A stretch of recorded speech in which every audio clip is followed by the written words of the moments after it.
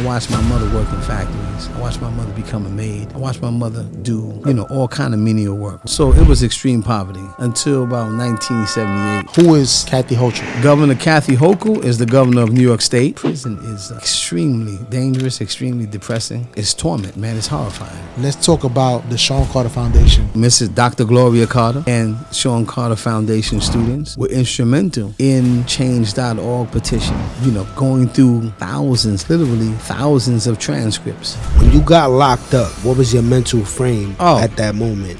Deep depression, anger, fear. My brothers have been caught up in the criminal system at an early age, from robberies to muggings, because of... How many years you did in prison? 29 years, no breaks. I was sentenced to 37 and a half to life for a crime I didn't commit. After 29 years last year, 2023, I was released as a result of Governor Kathy Hochul granting me executive clemency, based on the work that I'd done while I was in prison.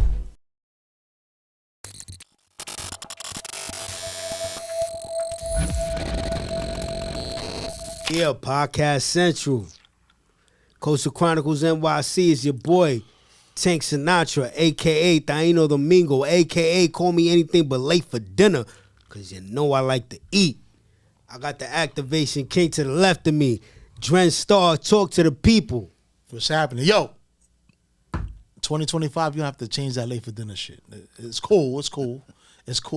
Look at his face. I like to eat, nigga. Fuck is you talking about? Hold on. Yo, Before we go any further, I need you to understand, right? Yeah, what's going on? We live in an era where people like to talk.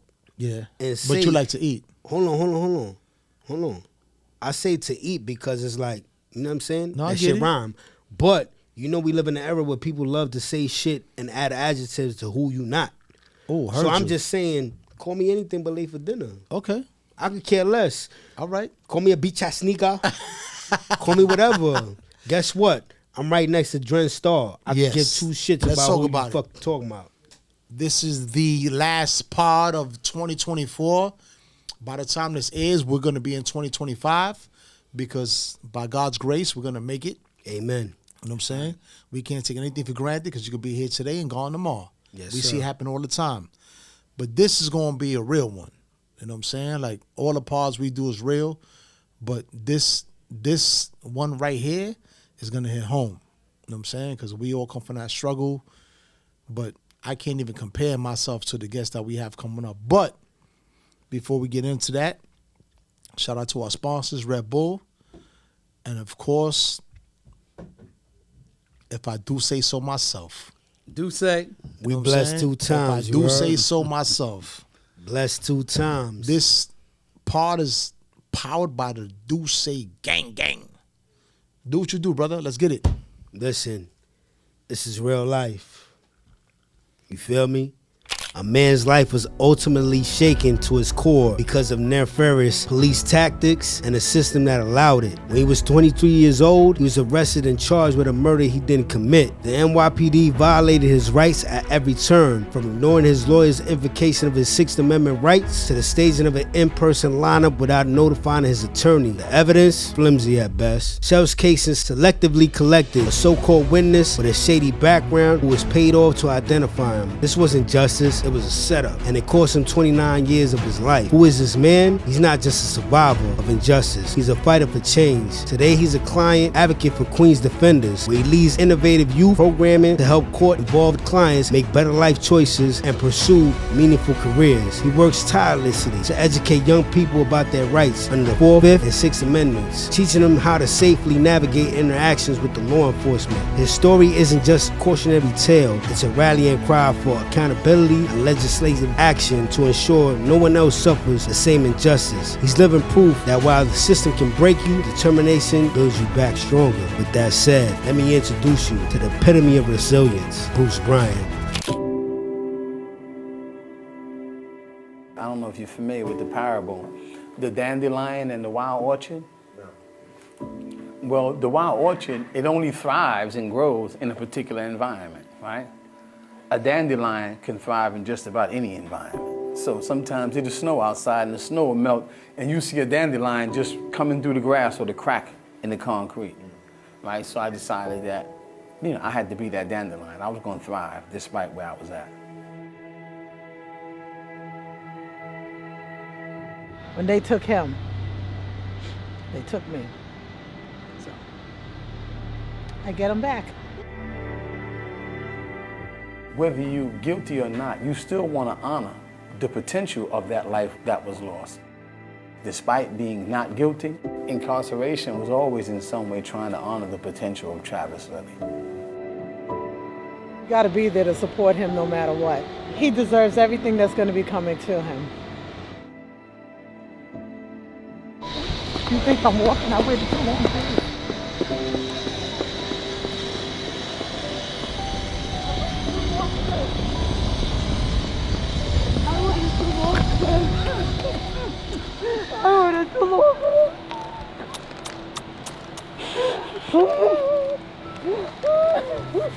Hugging my sisters and brothers, hugging my mother and seeing my mother is going to be the joy of my life. And seeing them is going to be the joy of my life, right? Mommy! Mommy! He said anytime Bruce called, he hear Mommy! Hi, baby. Yeah, I'm good.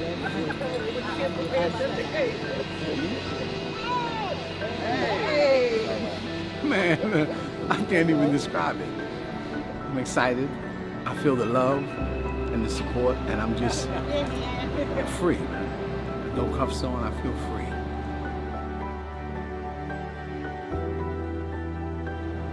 I felt like a load was lifted off of my shoulder. Like, I can relax now. I realized that a lot of times I've been tense, my shoulders are up, but they just were able to just drop down. Without me even acknowledging it or realizing it, it just dropped down, and I was just so happy to see her and my mother, man. So yes, I have tremendous regrets. In the course of my life, I've learned that I can have those regrets and still love what I see when I look in the mirror, because I've done the work to become better than I was yesterday. I'm still able to live and do and be better and more than I was before. So I accept my regrets, and I still love what I see when I look in the mirror, and I try to just live each day better and do better, right? Because if you want more, you got to be more.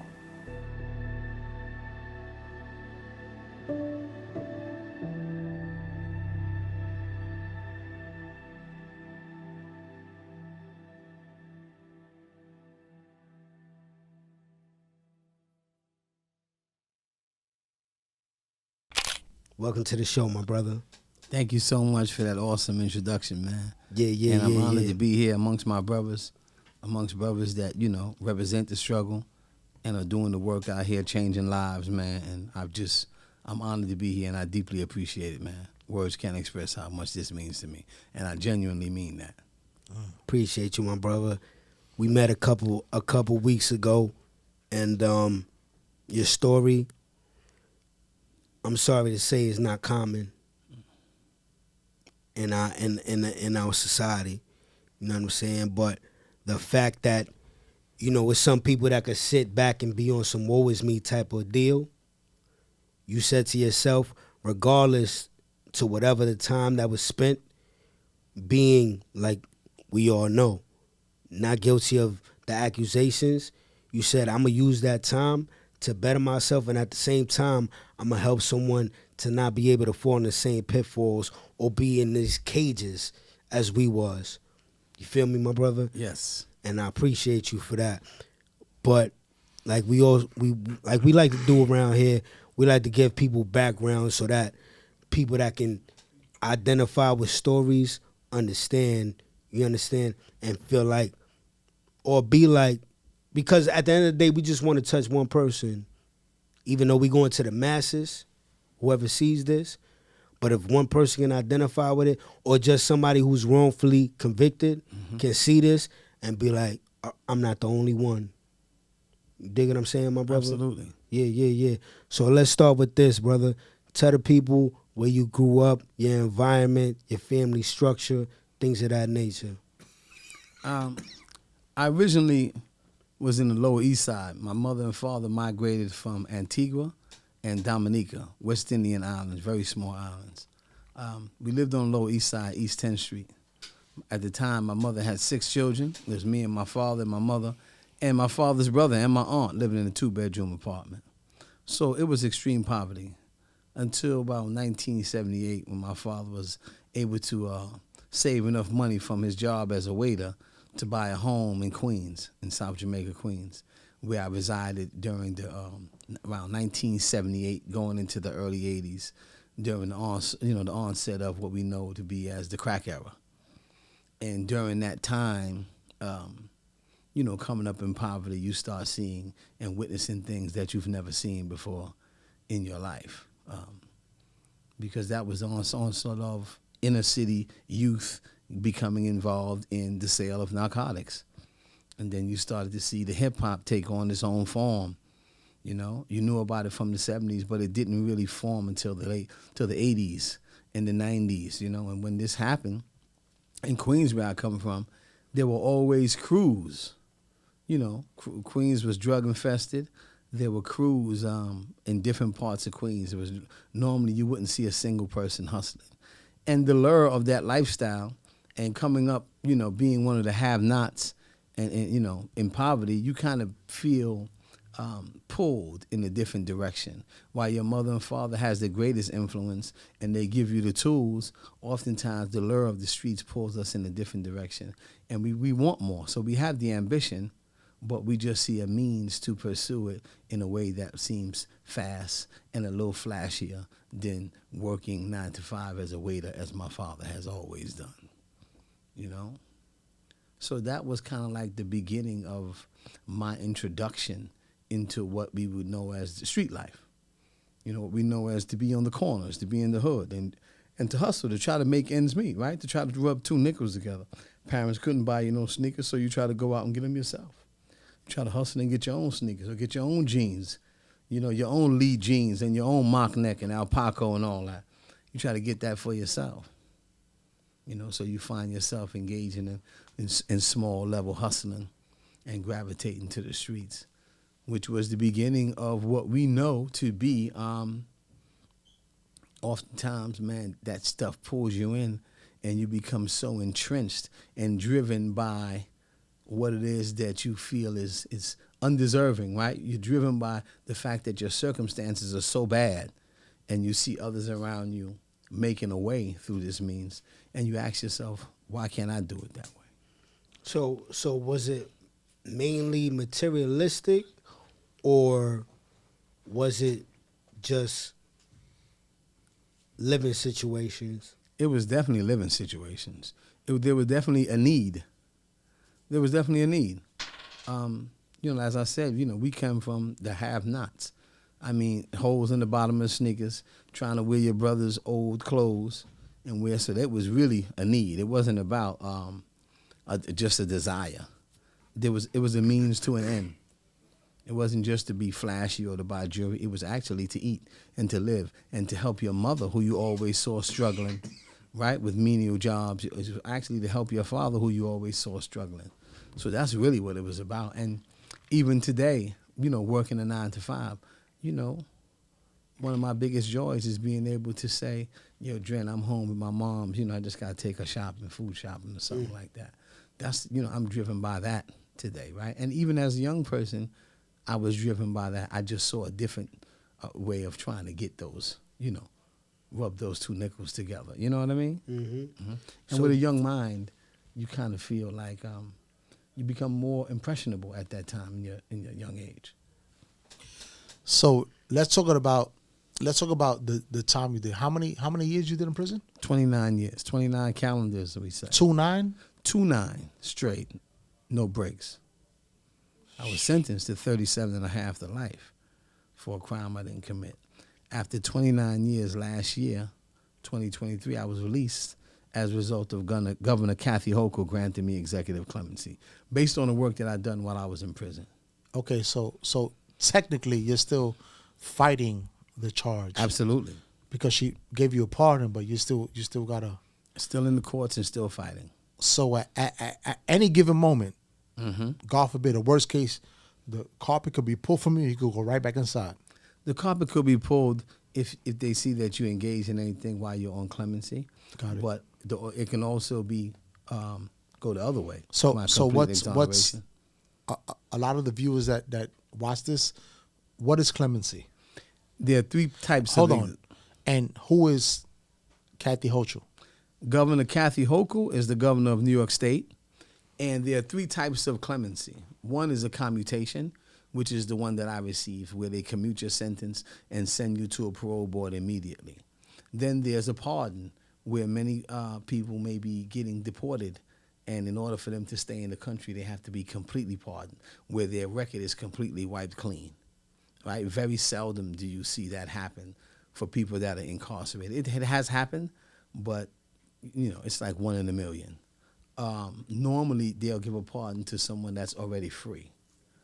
And the third type of clemency is where you don't have to see a parole board, you're not commuted, your sentence is removed, and you're immediately released. Right? Governor Cuomo, our previous governor of New York State, Governor Cuomo, he gave a lot of clemencies in which you were immediately released.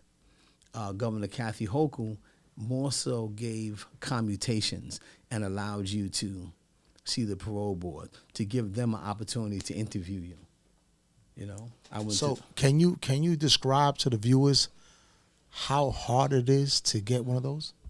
Oh my goodness! Wow, that's like hitting the lottery almost. It is hitting the lottery.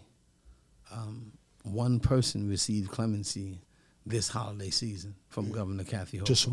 Just one. And we and literally receive thousands of inmates. Thousands every year.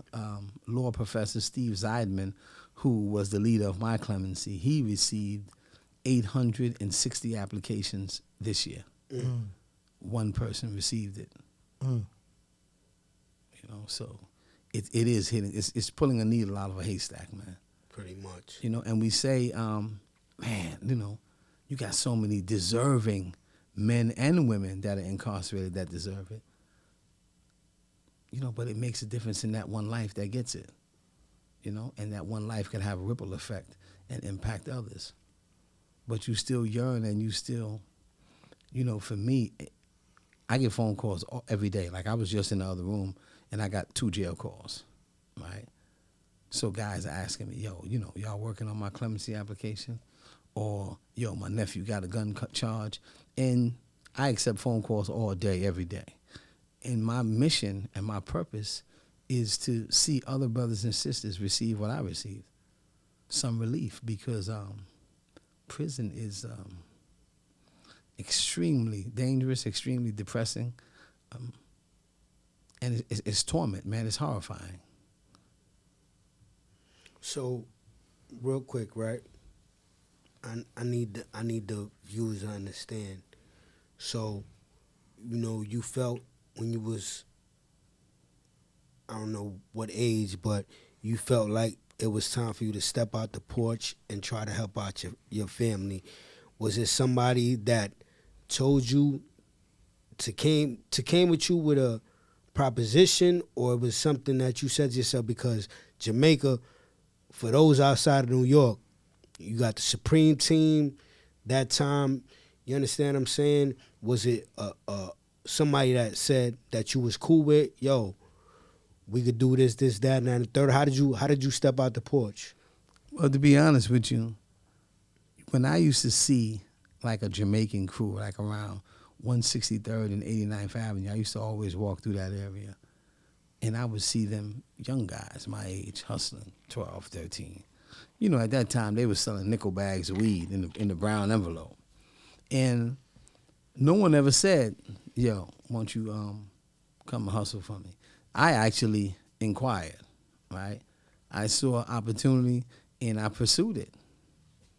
I pursued it because I said, if this can help me help myself, where I don't have to bother my moms or my pops and try to gain some of the necessities. A lot of people think it's about material gain. It's more about necessities. I think even as a young person, I was driven by something other than monetary. Definitely now at 55, I'm driven by something else. But even as a young person, there were other things that I was driven by that motivated me. I always loved people. I always had a deep love for my mother and my father. And when you're young, people think that you don't really understand, but that's the farthest thing from the truth. When you're 10, 11, 12 years old, you know what poverty looks like. You understand what poverty looks like.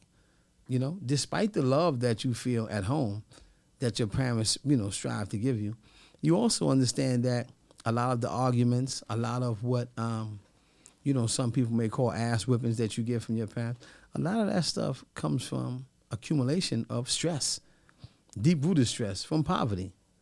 And what people don't understand is that poverty is violence, right? Poverty is psychological violence, emotional violence, right? Wow. Violence on a much deeper level than picking up a gun or picking up a knife, right? When you don't understand where your next meal is coming from. When you see rats the size of chihuahuas running across in your apartment, right? When you move into a home and all you and all your cousins are sleeping on the floor or sleeping in the basement, and it's still ice cold, but you know Pop struggled as a waiter. And I understood because I used to go to my father's job. We used to pick my father up at the train station, right? And I watched my mother work in factories. I watched my mother become a maid. I watched my mother do, you know, all kind of menial work, right? Hustler to provide for her 6 children. So I understood what poverty looked like. So no one had to pull me.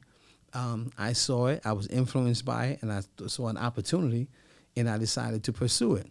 You know, in my young mind, I felt that I can do more or make more out of my life, you know what I mean, by pursuing something that was quicker and fast and easier. How old were you at that time? I was about 13. Yeah. And so at 13, your frame of mind, what was going through your mind that you was just trying to gain from doing what you was doing? I think you're just trying to figure out how I can get some sneakers that don't have a hole in the bottom of them. How I can prevent myself from wearing what we called Chinese slippers to school every day, right? How I can prevent from always having to wear my brother's stuff who was a few sizes too big for me, right? So I can look presentable and look acceptable, right? Because there's always a little peer pressure in school. You want to look decent, right? You got kids that got clothes. See, I know what it is to come from the bottom. You know, I know exactly what it is to come from the bottom, man. And this ain't no fairy tale. This has been my life experience. I mean, my brothers have been caught up in the criminal system at an early age, from robberies to muggings, because of poverty. You know, and poverty is violence. Poverty drives criminality. So before your situation, have you ever been locked up before? Yes. Okay, but you never did time. It was I did a year here. Skip bits. Yeah, skip bits. Like a year, lay up on Rikers Island and come home. You know? Drug charges? Yeah, no, never a gun charge. No, Drug charges. Yeah. Always drug charges. Oh, so you was so for the big shit, you was like the you fit the DNA. I fit the DNA. It was him. He got locked up. He hustled. He was on this block. He was on that block. It was him. Yes. Case closed. We got That's him. right. Anytime you have a criminal history, it makes it that much easier for you to be falsely accused and wrongly convicted. That's why I was trying to get at with your inception and whatever drugs you was dealing with, because I need the people to understand. Because, you know, sometimes, let's just say, if you're a person that's selling a certain amount of drugs, now you're a target. Mm-hmm. You see what I'm saying? So I'm trying to make people understand how that you became that person that the police wanted to target. Mm-hmm. If it makes sense of what I'm saying. Yeah, I think during that time when I was arrested on Guy R. Brewer, many people from Queens that are older, they know it as New York Boulevard. It's an open drug market. So everybody is hustling everywhere. You know, when you snatch a guy up that you don't even know, or somebody points a finger and says, well, this could be the guy out of a mugshot book. See, that's where it starts at, having your picture in a mugshot book. The fact that your picture is there already, right? That's just, you know, they got one up on you right there. Your picture's here, right? What is your picture doing here if you're not engaged in criminality? Right? This is how the police feel. And the reality is, the police just want to close a case. NYPD wants to close a case. You know, you ever hear a guy cop out for all known and unknown charges? They want to close 30 robberies on a guy. Guy might have robbed one person. On one case, yeah. Yeah, he might have robbed one person. But they say, you see, man, I'm copping out to all known and unknown, and they might close 30 robberies on one person. And this is a common practice because NYPD works off a quota. And don't let nobody tell you nothing different. Straight collar, real quick. See, this is deep. This is why. Listen to me, man. These type of interviews, and I'm a huge advocate for this because I have the platform and the power.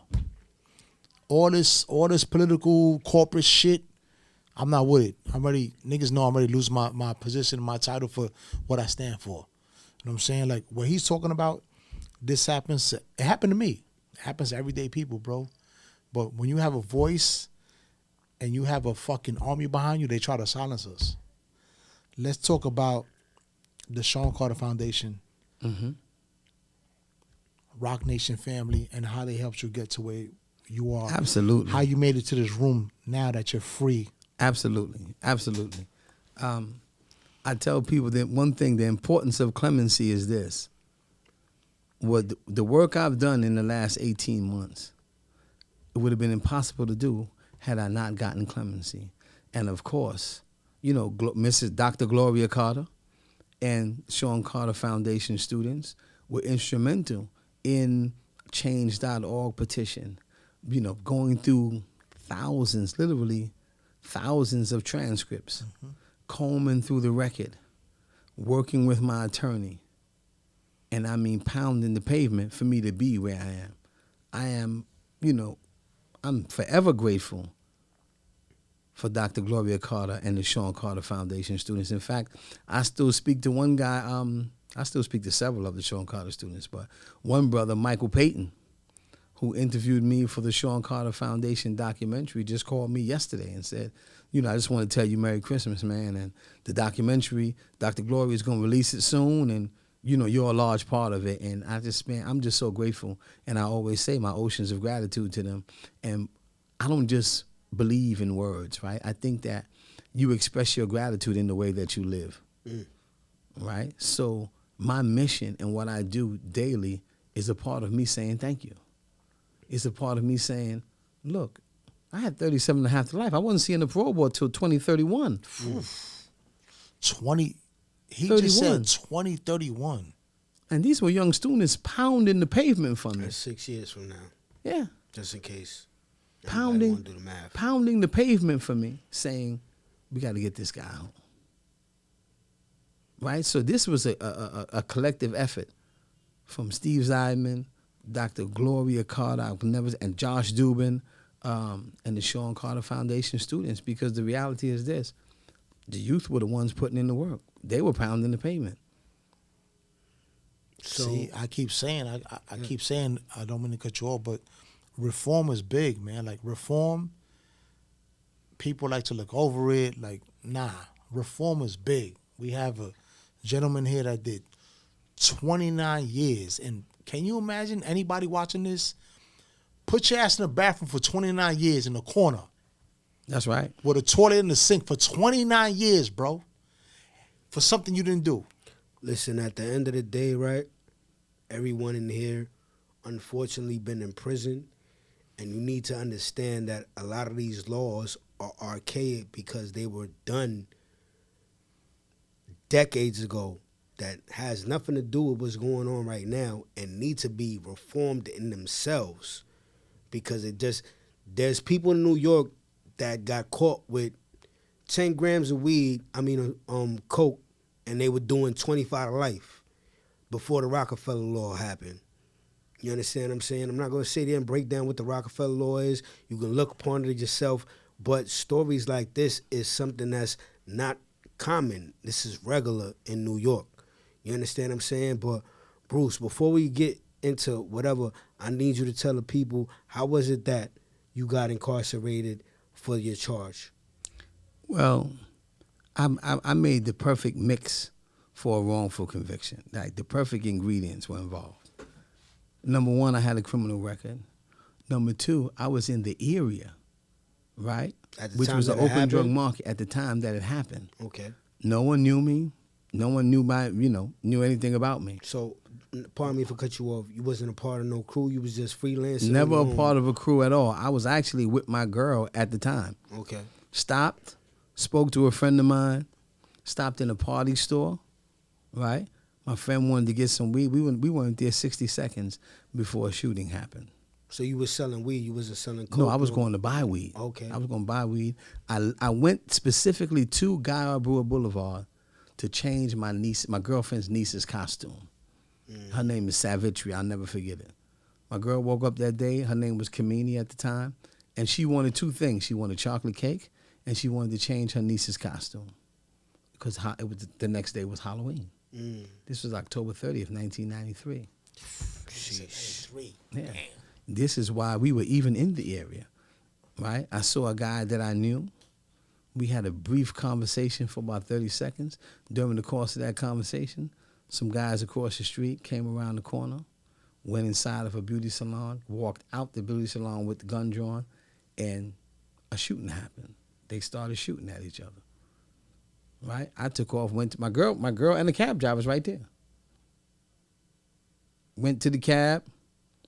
What happened was when I ran to the cab and got in it, the brother that I was talking to that was involved in the had the shootout, ran behind me and ripped his leg open, forcing himself into the cab. And smoke coming from the gun. Right? But he was defending himself from guys that had robbed him earlier. Right? And the cab driver was like he was hysterical when he drove off. Right? From that, a day or so later, you hear them saying that they're looking to arrest me. Right? My name is in the mix. They at my house. Police coming to your house looking for you. And I'm like, hold up. I got a record. So your first instinct is, I'm not going to that precinct to talk to nobody. Facts, yeah. Why would I go there? Especially the 103rd precinct. That was the beginning of my entire saga. You know, I was arrested in Syracuse, New York, extradited to New York City. I had a lawyer by the name of James Resty. He said, when you take my client, don't, question him or put him in a lineup for Fifth Amendment purposes and Sixth Amendment purposes. They did just complete opposite. They brought me from Syracuse to New York City, put me in a lineup. Can you tell the people real quick what the Fifth and the Sixth Amendment is? Your right to counsel attaches, right? And when you have once your attorney invokes their right to representation that they're representing you, it's what they call an indelible right to counsel. So that means they can't question you, they can't put you in a lineup. They're not supposed to do anything of that sort without your attorney being present. Right? And this is back then. Oh yes, this is early 90s. So back then they was doing the fuckboy shit. They already was doing all shit that. Yeah. I mean, even now they try it now, but it's harder now because cameras and this and that, body cameras and this back then. So like, they got you as him. That's it. That's it. Set him up. He's black. Set him up. He did it. He got a record. That's it, man. Lock him up. You got to remember in the early 90s, TNT came into He said, he said TNT. Remember that shit? TNT came in wholeheartedly. Maybe TNT? 1988 after the Edward Tuesday Byrne. and Thursday, you don't want to be outside doing nothing. That's right. Word. After I think maybe the Edward Byrne case that happened. Yeah, facts. Where the cop in was Queens, killed in Queens. Yeah, they popped So up. since then, the cops have been on the rampant, and he was a 103rd precinct where I was arrested. Mind you, he was a rookie, but God bless his soul. God bless his soul. You know what I'm saying? I don't want to Young disrespect him at the end of the day. Young rookie, young guy. When this incident happened, you saw the onslaught of TNT. And when TNT comes to a block, they arrest pedestrians and everything. They can care less. They can care less. They can Whoever's care less. outside, you getting taken. Right? And these tactics continued all through the 90s. That's why you have cops like Louis Scarcella out of Brooklyn, who was responsible for over 400 years of wrongful incarceration. Facts. Right? You have prosecutors, former prosecutors who went to prison, like the prosecutor in my case, John Scarpa. John Scarpa is the only prosecutor I know that became a defense attorney and went to prison for trying to bribe witnesses and fraud and was disbarred. Lord have mercy. Right? And several of the cases that he was involved in, like People versus Nathan May, People versus Gary Stedman. These cases were all homicides and subsequently overturned. So stop right there. So when you say people versus, because we know that lingo. Lingo, yeah, but yeah. the viewers that Yes. like, they don't understand people Yeah. versus. That's legal jargon. Yo, it is. Yeah. You know what's crazy? That's McKinley's and all that type of No. talk. Yo, no, what I'm saying? no. I say that because when I was on trial and they kept mentioning, yo, people, I'm like, yo, who is this nigga? I don't even know him. How's he coming up in my case? Like, I didn't know what case law was until, you know, I did my bid. I bid it in the law library, and I looked up all of this shit. I was helping my lawyer, you know, get right. So, breakdown was people versus. Yeah, people versus case law is essentially criminal case law that we use to attack certain issues involved in our case, right? So everyone who's been convicted of a crime and does an appeal, their cases come out as people versus, you know, whoever that person's last name might be. Yeah. People versus Johnson. So they have a thing called Westlaw as well. You can look up Westlaw and you'll find, you know, federal cases, United States versus Joe Blow or whoever it may be. And in the state, it's usually people versus. Yeah. Right? Because in the state, it's people versus. Mm-hmm. In the federal feds, it's the United States. The United States versus. That's a different type of time. That's a different type of time. You don't want to be in that court. That's 848 shit and all that. Yeah. You don't want to be in that court. Yeah, that's a different type of time. Being that's 98%. But I want to say something else about, you know, it's funny because if you were to look at the Sean Carter Foundation Instagram, my picture's still up there. Right now, today. As it should be. Yeah. If anybody was to look at the Sean Carter Foundation Instagram, you'll see my photograph there still. You might even still see the Free Bruce Bryan Instagram that they actually put together for me. And I say all that to say this. You talked about having a voice, and this is why what y'all doing is so important, right? The reason why what you're doing is so important is this.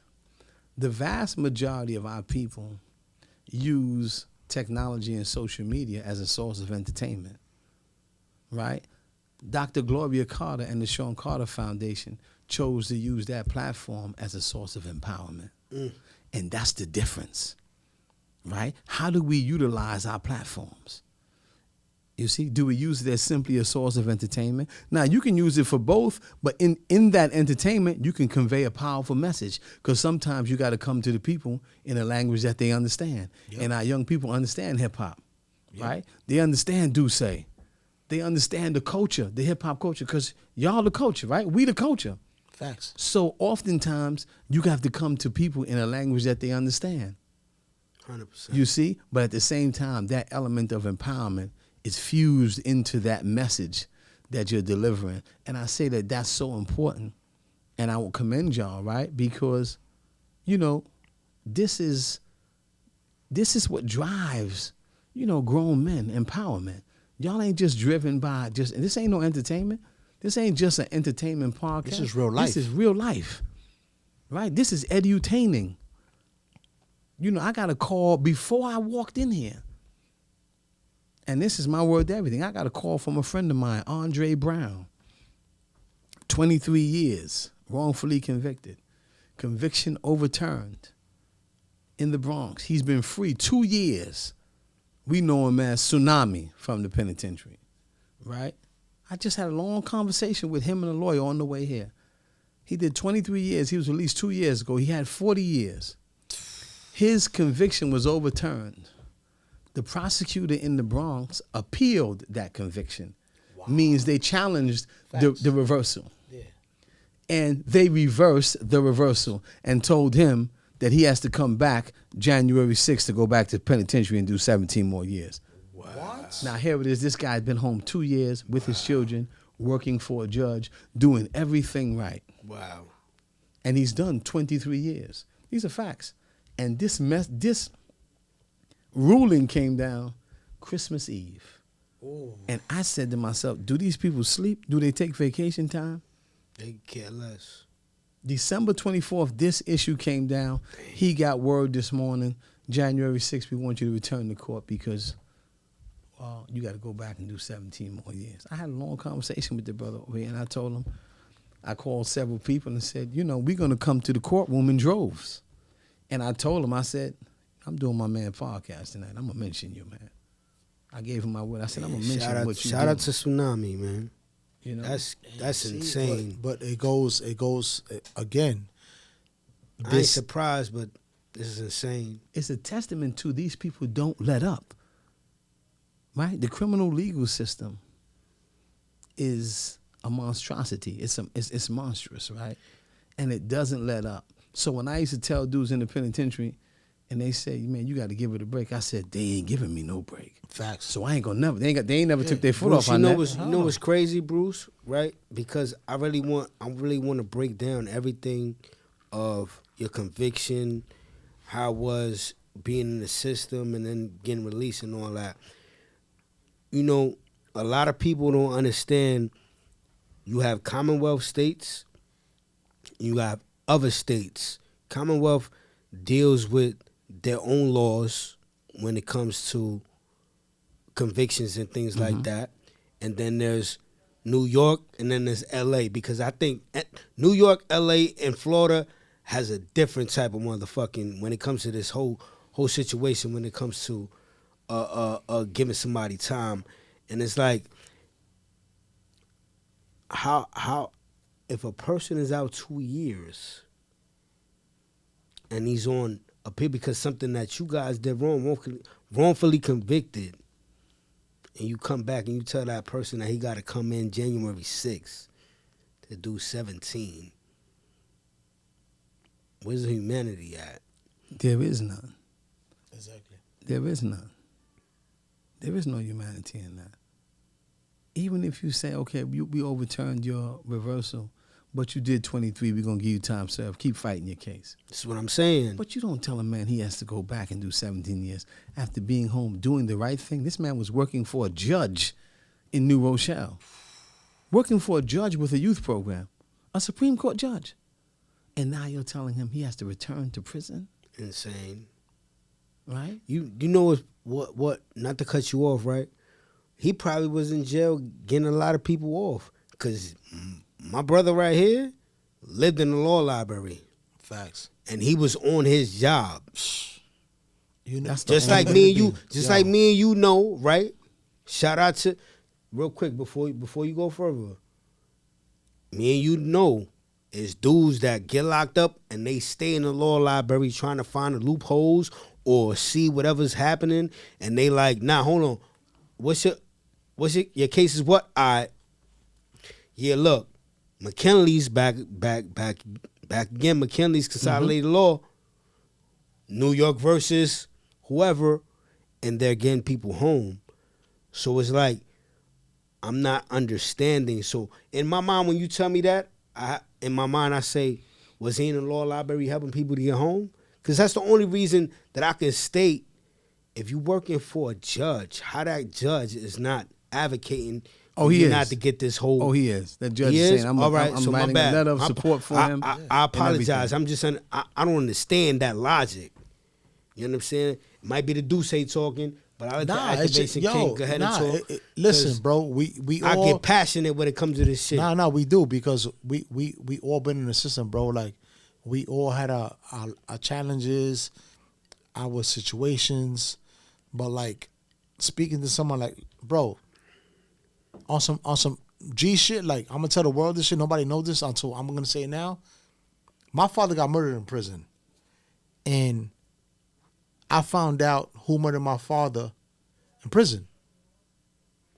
I had to call my mom's. Like I met an OG. He had a 81 number. You know what I'm saying? I was born in 77. He had an 81 number. We in the day room. He hears me talking. Boom, boom. Long story short, yo, you from the Lower East Side? Who's your pops? He started tearing. You know what I'm saying? I'm looking at him like, I ain't never met. He was already in for 30. He had 30 in already. You know what I'm saying? We talking, long story short. Like, yo, who your pops? I'm telling him my pop's name. He's telling me the dude who killed my pops. I never knew this because I was 6 years old. I'm like, yo, homie, I don't even, hold on. Before you keep talking to me, like you telling me shit, I call my moms. Yo, ma, who's boom, boom? I told my moms the dude's name that Scrams told me about. My mother was like, that's homie that killed your pops. So I knew his shit was valid. Mm-hmm. But you see the way the universe works? My first bid, I had to go to prison to learn who killed my pops. And the whole story in this. And I'm sorry about that too, man. That's, you know. No, but you know what? This is the I'm way deeply life. sorry about that. No, life works in mysterious ways. You know what I'm saying? So whether it was in my core, my numbers, but guess what? I went in there, came back home bigger and stronger, but I learned who killed my pops.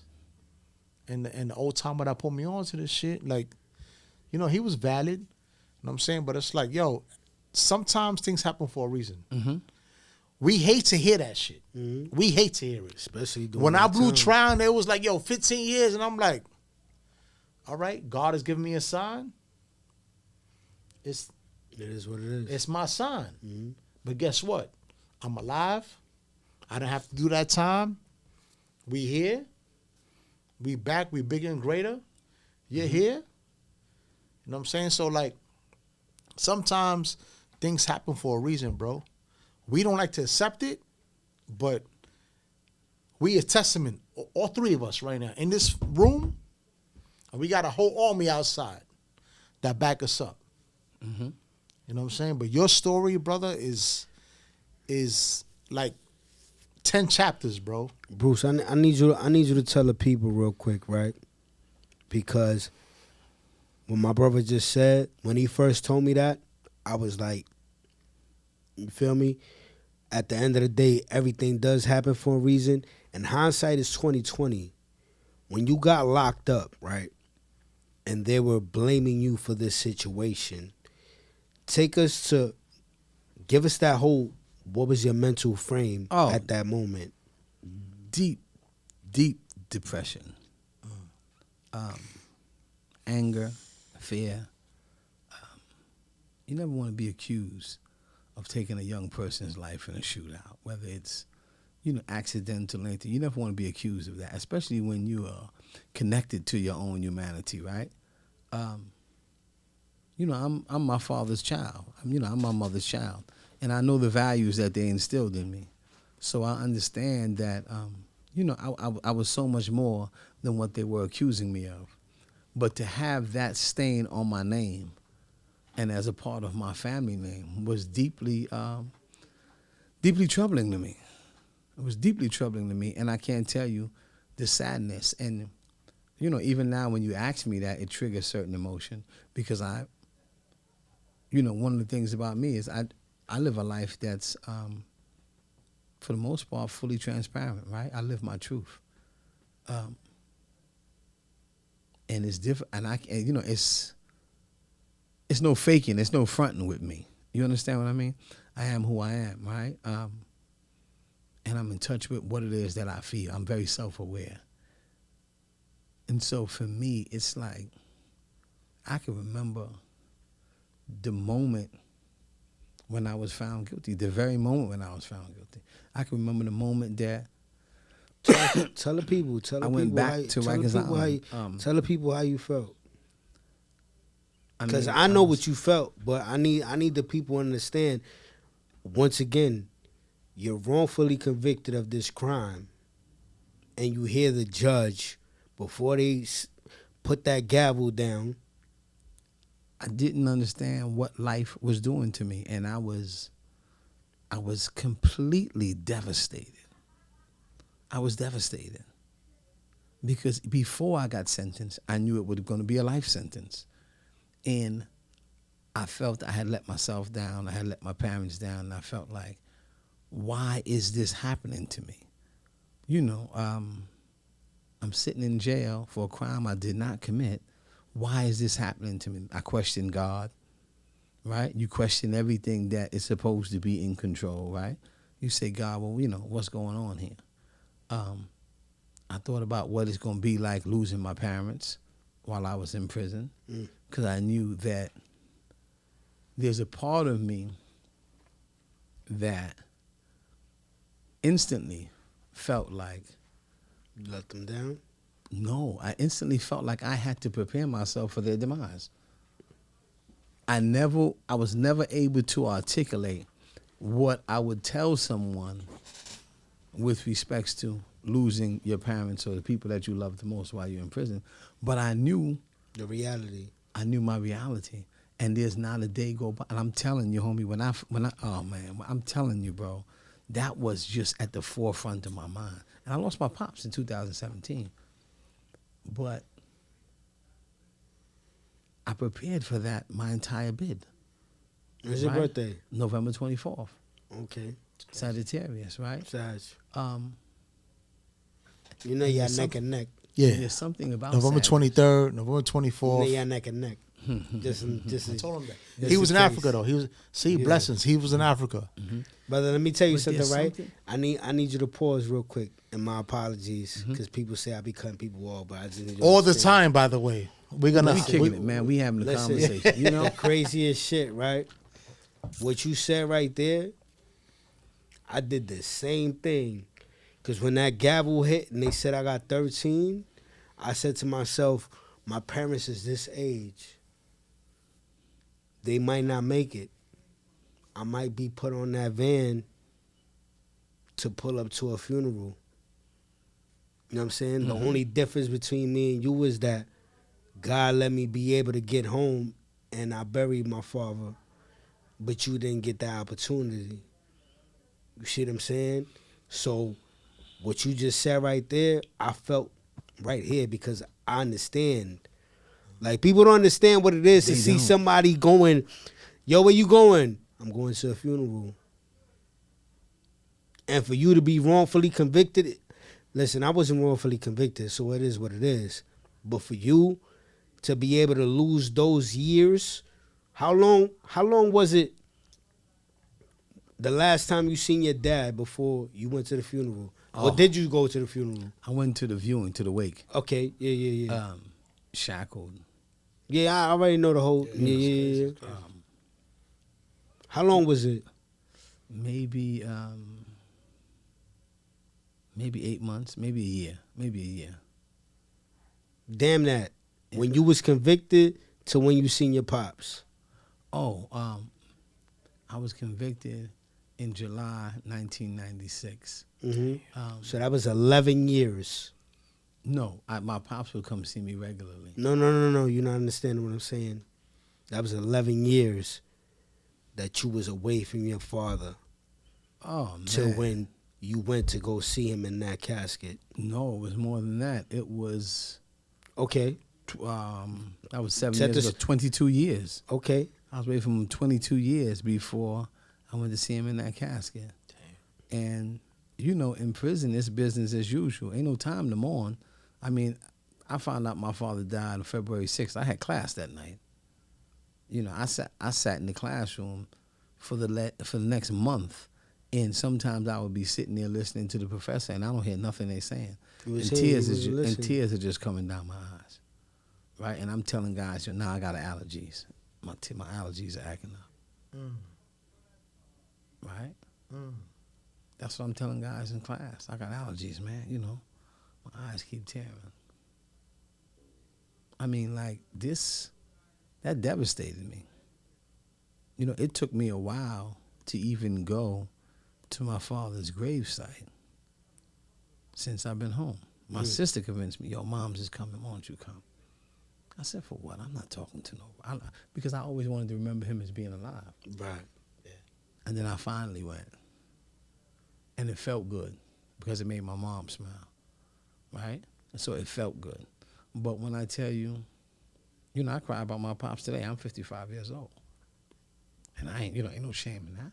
At all. I cry about my pops today. Listen, brother, I'm gonna tell you right now. You know? I'm Real shit. so like, Prison takes so much from you.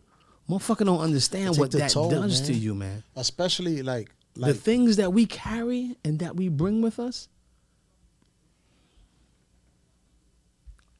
Unbelievable, man. Bro, I'm gonna tell you right now, right? The realest shit ever. My father was the realest. And I'm not just saying that because he's my father and I'm on that do say, right? I sullied my last name doing whatever I did to get me locked up, right? To the point where my cousin told me when they came to see me in Southport, like, yo, you know, your father was crying coming in this joint. And I ain't never seen that man cry. See what I'm saying? Mm-hmm. I'm shedding tears right now. I don't care about that. It's a real rap. You dig what I'm saying, my brother? That's right. So I understand what you're talking about. You feel me? And you was wrongfully convicted, bro. And that shit is whack. 22 years. And the next time you see him is in a casket. And 29. My pops would come visit me all the time, and every visit, there's not a visit that he came on that he didn't cry before it was time to leave. Sometimes my mother would say, we're going to leave early. I said, why? She said, because he's about to start. Yeah, yeah, I don't want him to start. yeah. My mother didn't cry. You know, She's tough. She cried maybe at home. She's tough, yeah. My father Yeah, said she's she tough. cried herself to sleep. Yeah, But my father, he break down every visit. yeah. He break down every visit. You know, it's that's the impact that prison has. That's separation. It's You know, designed for. yeah, my only way of surviving, right, throughout my incarceration, and in that moment, is to change the way that I looked at things, so that things can change the way that they look. You know, Jay-Z says things don't happen to you; they happen for you. Facts. And that's changing the way that you look at things, right? And Word. until you, it had to come to a point where I stopped saying, why is this happening to me, right? And then I start saying, what is this trying to teach me? And when you live your life that, and I'm talking about, I didn't just say this one time. These are affirmations I put on my wall. I was just talking to a young person that's incarcerated about writing down their thoughts and reading them, not to themselves, but out loud. Because of the vibratory rates of your voice, right? The vibrations of your voice, you internalize it and going inside your soul. So I would wake up and look in the mirror and say, yo, I love you, man. You're going to make it through this. You don't have a choice. Fact. Yeah, yep. You ain't have got a to do it. choice. You got to do it. Yeah. I would literally talk in the mirror. Sometimes when I knew I had to speak to a group of incarcerated people, and you know, prisoners are the harshest audience, I would practice in the mirror. You know, guys say, oh, you in there talking to yourself. I say, yeah, I'm talking to myself, all right. I'm encouraging myself because I know psychologically this shit takes a toll on you, right? We carry that home with us. So when someone asks me too many questions and I'm home and it's a family member and I'm like, why you asking me all these questions, right? You get offended by that. When I go home and I isolate myself, you know, in my end of the house, and you don't see me for hours, and my mother got said, you coming downstairs? That's, you know, we tend to self-isolate, right? I go to the park every Sunday. I go to church every Sunday by myself, and then I go for a walk in the park. I don't care how cold it is, because that's a part of me clearing my head. And it's a part of me, it's almost like, not for nothing, it's like walking the yard by yourself. I was just about to say that. I was about to say that. You've been walking the yard. Ain't that You been cold, walking the nigga? yard. Y'all don't know what cold is, bro. Yeah. Shit, man. Huh? Facts. They Nigga, I was in don't know Franklin what walking cold that is yard. till you man. go up to the mountains, boy. Yeah. Huh? Walking that yard in Franklin was no I joke. swear to Yeah, God, man. Bear Hills they don't right know. across the street. Ain't But nothing that's but how you open, kept your sanity. Yeah. You know, yeah, you walk yeah. by yourself and you got your thoughts together and your Real mind shit. together. You might be, you know, whispering a prayer to yourself and just thinking about your life. Because when I got sentenced, my whole life flashed before my eyes. I thought about my entire life. Literally. You sit in a cell and you think about what happened as a child. What was the first big rat you saw in your apartment? You know, what was the wooden toys you were playing with? You think about all that shit because you're asking yourself, how did you come from that to be where you are? Right? You always reflecting on how did that happen. And I'm going to tell you something. The most important thing that I've ever done while I was incarcerated was engage in deep reflection and introspection. And that was the toughest journey for me. The hardest part was the internal journey that I had to take to change my heart and my mind, because it was easy to pick up a knife. Facts. That's easy, right? Negativity is always easy. You know, you come up, you know, in the hard scrabble neighborhoods, you had to fight. Normal shit. It's Yeah, normal shit. Yeah, normal shit, yeah. You understand? It's like, that's regular shit. So we normalized abnormal behavior because we came from abnormal environments. That's where we live. You understand what I'm saying? Yeah. So even in them poor public schools that we went to, when you look at the prison hallways, they are actually designed the same way them poor public schools were designed. Facts, bro. The color scheme and everything. Everything. The So that structure you and can all that shit. normalize that shit. Listen, Yeah. that's why the projects was built. And when you start studying, everything is an indoctrination to prepare you for what your future is gonna be.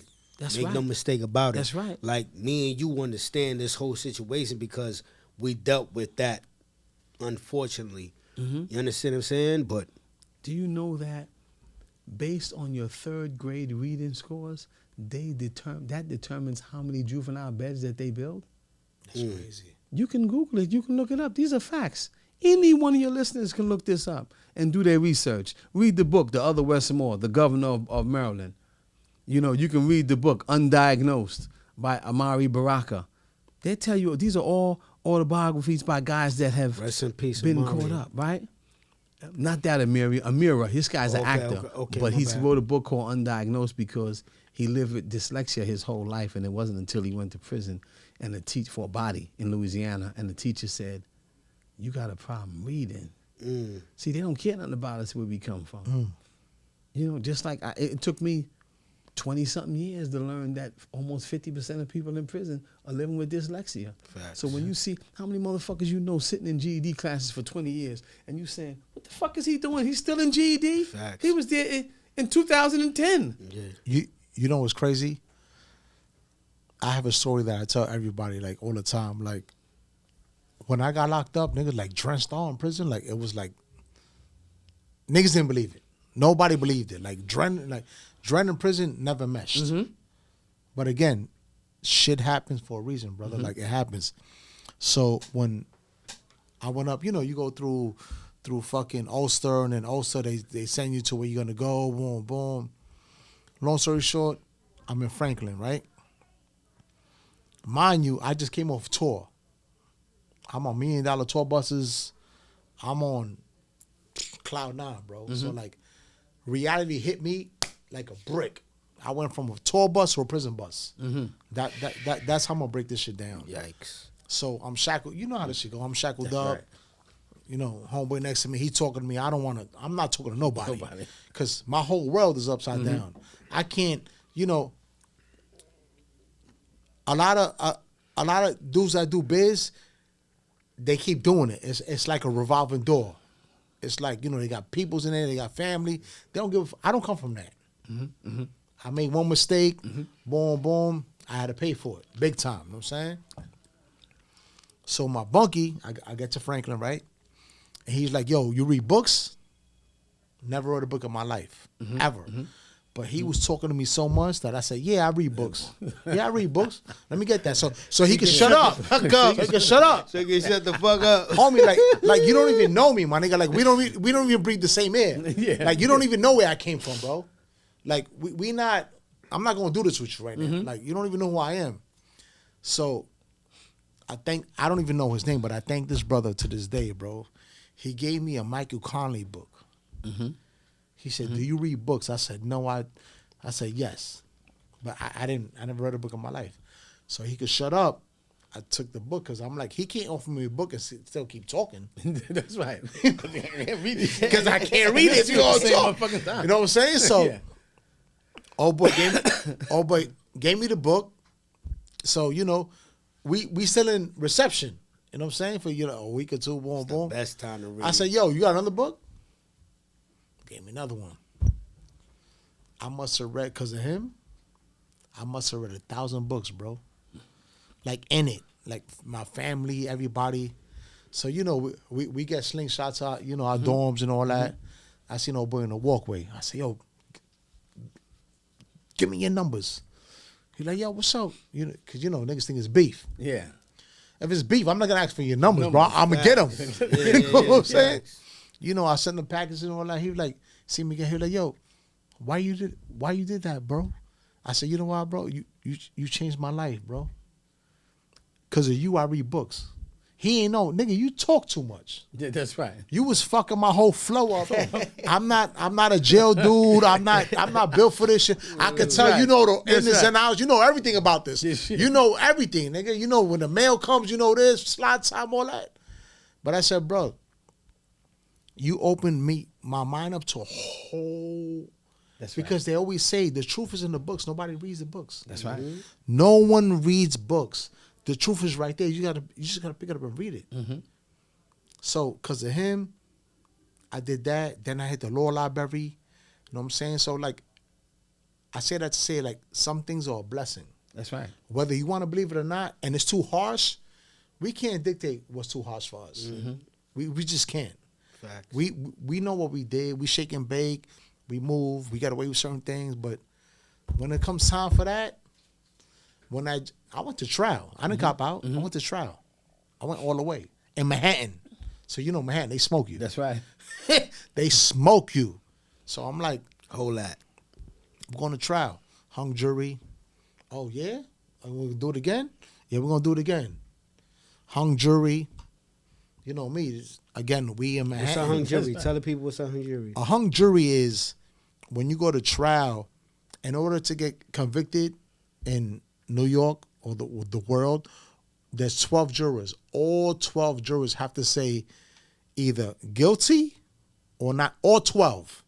If one of them says not guilty, that's called the hung jury. And when it's hung, they write a little note to the judge and they say, listen, we can't decide. So the judge, it's called an Allen charge. The judge, he reads a little paper, say, oh, you came, you raised your hand, you swore you was going to listen to the case. I'm going to put you back in the deliberation room and you're going to render a verdict. So they go back to the deliberation room and they start arguing and beefing. Oh, you know, whatever it is about what they don't agree on. So they still come back and they say, oh, well, there's 11 people that say guilty or not guilty, and there's one person that says not guilty. So if all 12 don't agree to the charge, that's a hung jury. Google John Gotti. He had like 80 fucking hung juries. He was a beast. You know what I'm saying? Like Yeah. that's the best way for me to put it. But in order for you to get convicted, all 12 jurors have to say either guilty or not guilty. If one says, nah, they don't jack it, it's called the hung jury, so they got to do the whole trial again. So I had 2 of those. You know what I'm saying? But I did my time. I learned the lesson, and it affects everyone, man. You know what I'm saying?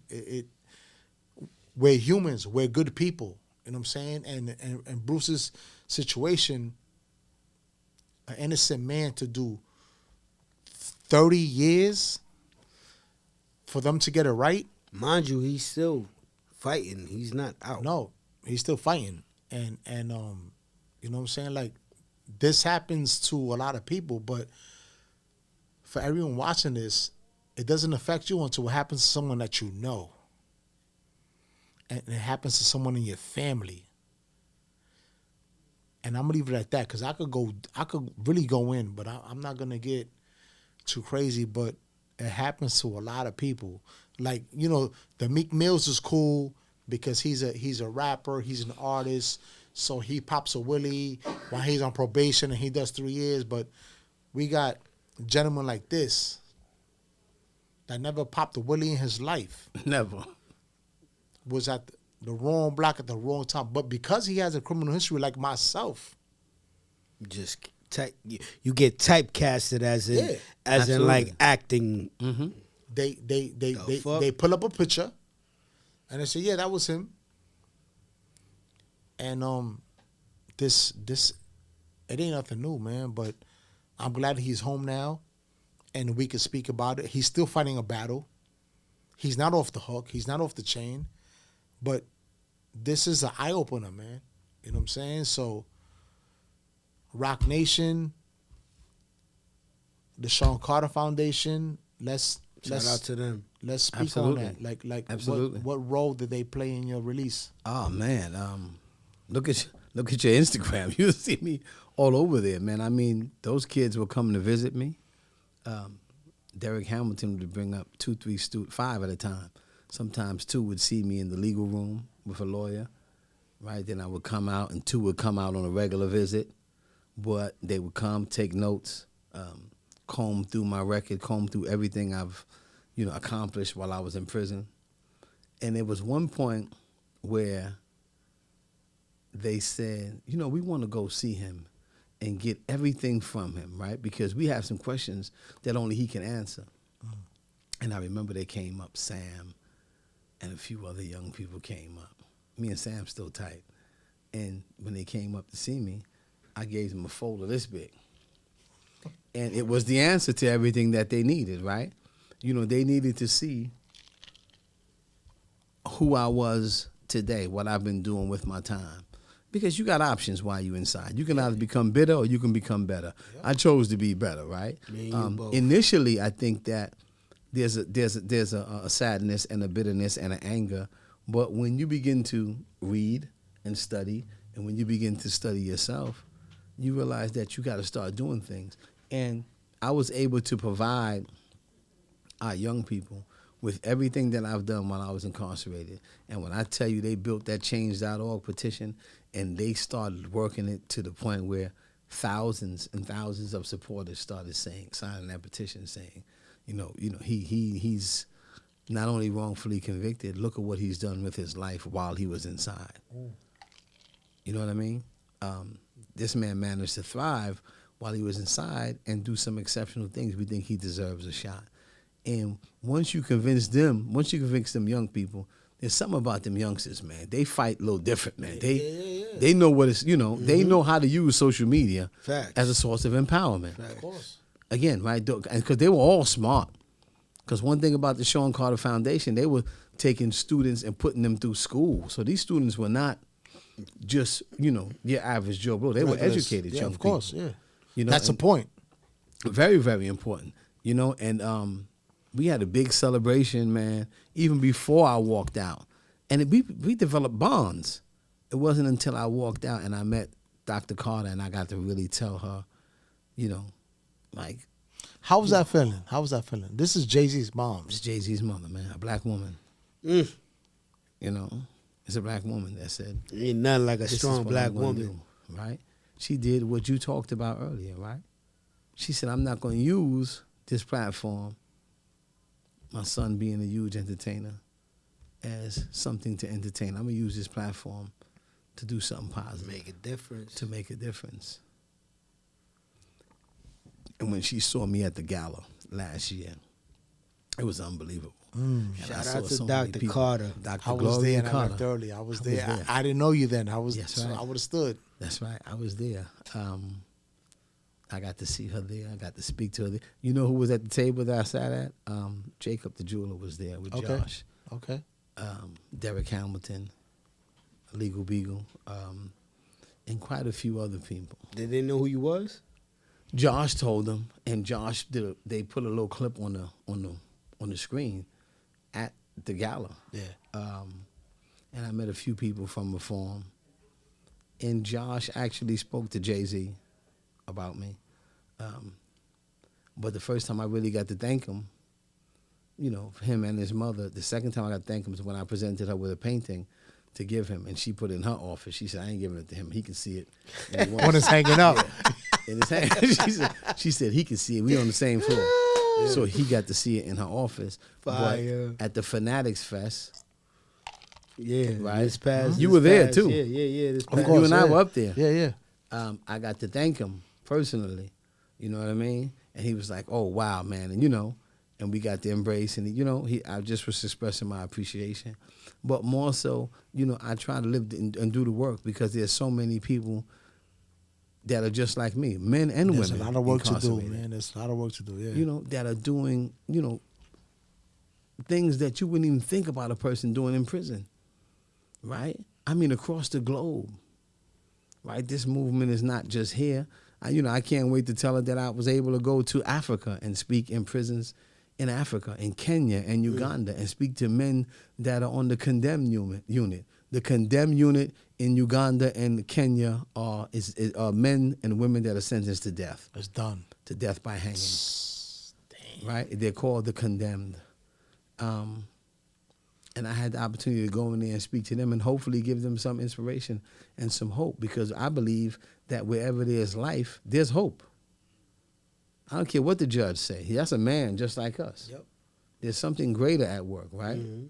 I'm a firm believer in God, right? And I believe that God can move mountains. Amen. I'm a firm believer in that there being something greater than ourselves that we can reach for and that we can believe, to make a difference. I think that we can speak things into existence. I think faith is important, Alhamdulillah. right? I think that's so important, and acknowledging that, there's something greater than you, right?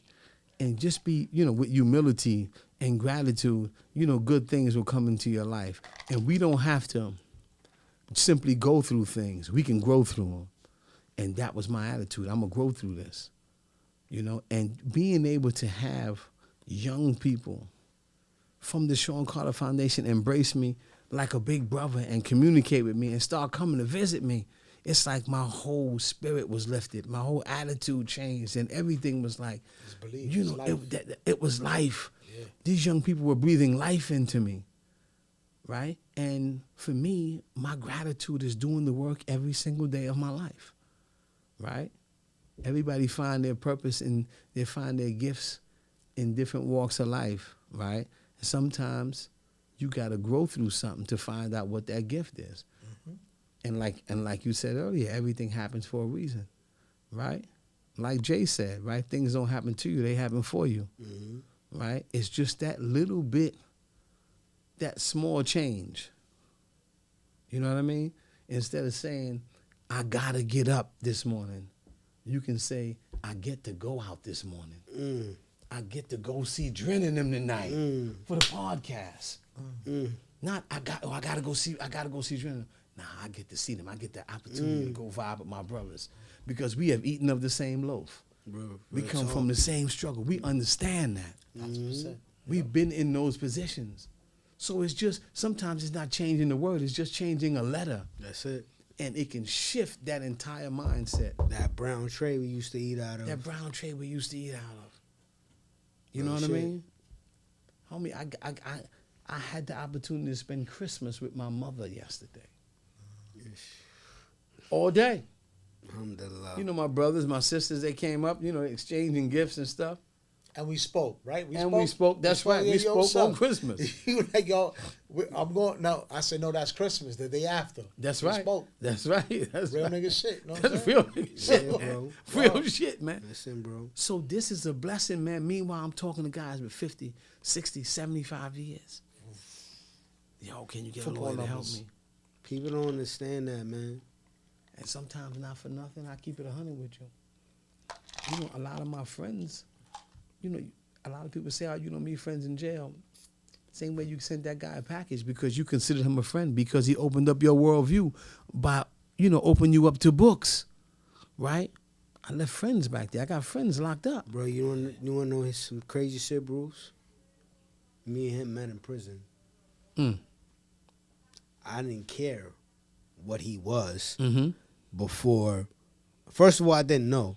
Second of all, when I knew, he could tell you, I didn't care about that. Because who he was as a person, like, he's family to me. His mother is my mother. You understand what I'm saying? right.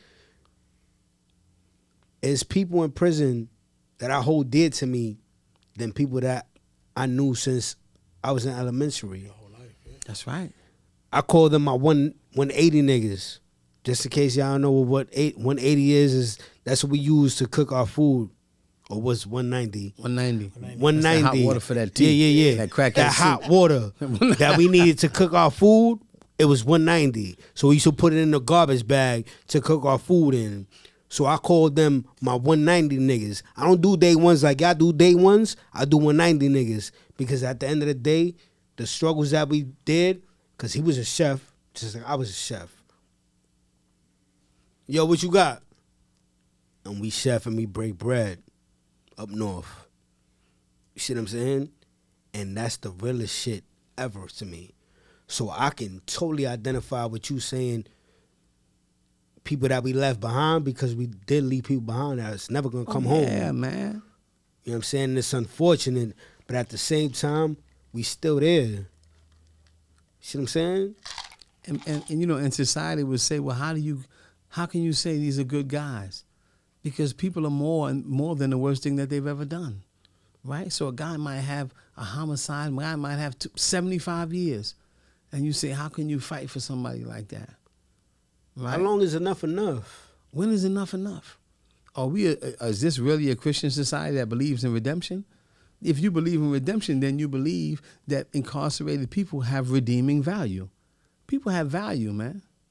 I met some guys that I love in the penitentiary still.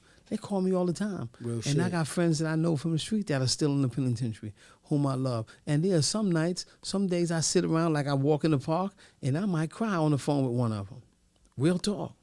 I got a homie I met. I took a newspaper article out while I was in prison on a kid named Keith Lamar, who's on death row for 5 jail bodies in Ohio. Right? I kept this newspaper article and said, if I ever get a chance, I want to help this guy. I think this guy is really innocent. Now, he's doing jazz albums from death row. He's been in death row for 32 years. In solitary confinement. He's the strongest guy I know. Right? But it just so happened, like you say, everything happened for a reason. I'm having lunch with my lawyer and 2 other lawyers, sit with us. And I say to them, yeah, I'm trying to get my lawyer to get involved with Keith Lamar and offer some help to him. And one of the lawyers said, Keith Lamar from Ohio? I said, yeah, man. He said, I'm going to visit him tomorrow. That's a friend of mine. I said, give him my number. To this day, Keith called me now. I'm trying to go visit him 2025.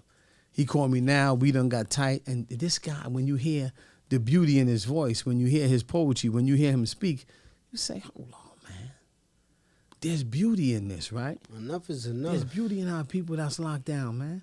And we think that, society judges them and says they're throwaways. They should never see the streets again. But they have redeeming value, right? Many of them are innocent. New York State is the 3rd highest wrongful convictions in the country. Number 3. We know that. Right? So they give a motherfucker a case any day of the week. Let them figure it out, man. I just told you one cop in Brooklyn is responsible for single-handedly putting us back in slavery over 400 years of wrongful conviction. Louis Scarcella. Yeah. One cop. Say his name again. Say what's his name? Louis Scarcella. Yeah, he got a whole book and movie on him. This motherfucker's incredible, man. Yeah. So this system that we have that, seems to throw people away forever based on a single act, right? And this system is global. I met young women in Africa in a prison called Langata in Kenya that were sentenced to death for killing the man that was beating on them their entire lives. So they've been traumatized and they're victims of domestic violence, and they there comes a time when they decide to retaliate and they kill the boyfriend or the husband and they're sentenced to death. Right? This system, man, is draconian, and it has deep, deep flaws in it that if we collectively don't address it, the cycle will continue. Yeah, The cycle will continue. That's what I'm saying. We got a voice. I got caught up in that shit when I was a teenager. I don't even want to mention his name, but he wrote a book to another cop. He got drugged down, like, you know what I'm saying? Like, but my shit wasn't like your shit. Like, you know what I'm saying? Like, these. 1 second, bro. Bruce, you know what he made me do, Bruce? What's that? You know how, well, you probably don't know because you just been home a short time. So they send out jury duty slips, right? I do just like this. Right? because of him, if they would send me a slip right now, you know what I'm doing? I'm opening it up, available. You know why? Because if I'm able to be that one person to make a difference in that jury, to get this person like you on some wrongfully convicted shit, I'm gonna be like, make it make sense to me. That's right. That's right. See what I'm saying, bro? That's right. And that's because of him. Any other time, I'll be like, but it makes sense when he broke it down to me why. Yeah, in his story. I broke that shit down. You understand what I'm saying? Mm-hmm. But we leave that for you people to look at our interview and understand why he says what he says. But yeah, and bro. Even when you talk about how you use your platform, right? I think about some of the young people who are on social media flashing guns, money, talking about criminal activity. It's insane. It's wild. It is insanity. It's wild. Man. But they don't get it yet because Right? they ain't been through what we've been through. They ain't been through what we've been through. But when they see your messages, they, hopefully they take something from it, right? You got to use that as a source of empowerment, not entertainment, man. Bruce, we only here to touch one person. If I could touch one person, if he could touch one person, we did our job. Because at the end of the day, negativity sells. We don't sell negativity. We That's don't right. do clickbait over here. Mm-hmm. We don't do all that type of drama and shit like that. And we cool with that. Because at the end of the day, we want to give people that can look at you and identify with your life and your story to be able to be like, if he went through it, I know I can go through it, and I'm gonna learn from his struggles. That's right. We want them to learn from our experiences, man. Learn from our experiences because you ain't got to repeat the shit that we went through. Exactly. Right? You ain't got to do 29 years, 13 years, 10. You ain't got to do that type of time. You ain't got to do that type of time. You can say, hold on, man, I'm learning from these guys right here, man. I'm taking another route. And then don't get on social media talking about what you've done, man, or what you're going to do. That ain't cool, man, because you're telling on yourself, man. Then the crazy You shit telling on is yourself. the crazy shit. They gonna be like, yo, niggas is telling on me. Yeah, you look in the mirror. You're gonna find the rat right there. Yeah. Fact though. That's it. Look in the mirror. You're gonna find the rat right there. Yo, that's a fact, bro. Super fact, bro. You know what I mean? And we came together, man, just off of good energy. Yes. Me and Dren. I even told him, yo, look, man, I'm not doing any other podcast till I do yours. Straight up and down, like 6 o'clock. And he did. Hold on. Put the camera on me. Big shit. It's not too many niggas that did our pod. He's been on Joe Rogan, the biggest podcast in America. The biggest podcast. And I'm not a hater.